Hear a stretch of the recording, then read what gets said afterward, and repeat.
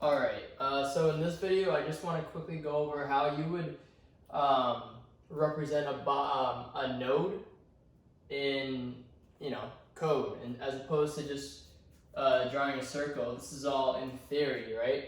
But what exactly is a node?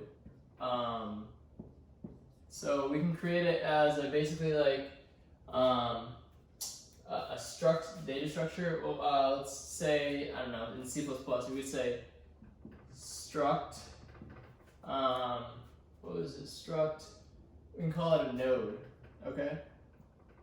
So, when we think of data structures, right, there are different types of data. So, there are different data types. And so, we gotta think about this. So, this type of data is a structure. And what we know about structures and classes, structs and classes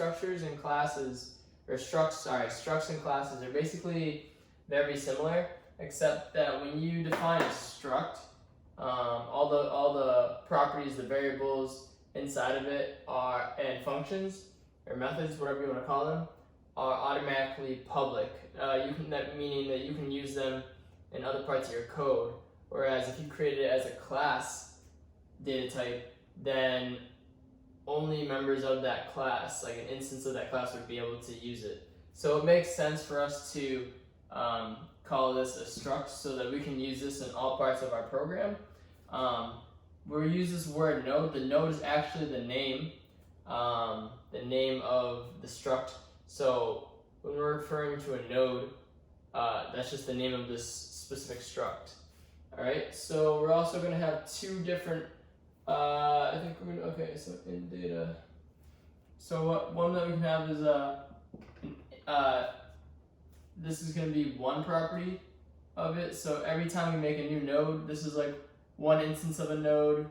This is another instance of a node. This is another instance of a node. Every time we create a new node, we want to have a value inside of it. Like if you want to have 10, and then you want to have 15. These are each different values within each node. So we want to be able to capture that information. So we can just store that. It's just, for example, these are just numbers. So if we just created an integer variable and called it data, that would be 1. And then the question is, how do we get to the left child and the right child from here? So we also have to store that data, but we don't want to store every single one. It'd be easier to just store the address of the previous and next nodes. So we can do, alright, so these are going to be whole objects. So because you can hold different objects inside a structure. So we'll call it a node. But it's not going to be a node. It's going to be holding the address of another node. So we can say a node pointer, and then we can say left, and then I think it's node left and node right. So, but we have to. Sorry, I'll probably put this over here because it makes more sense.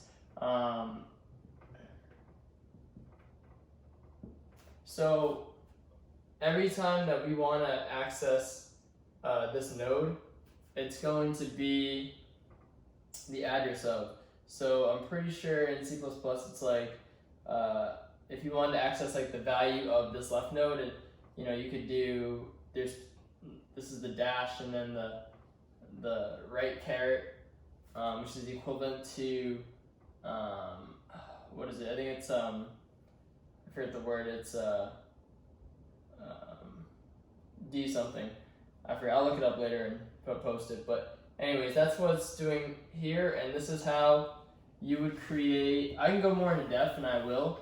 But for right now, all we need to know is that this is going to be a regular how you define a node inside code just for now.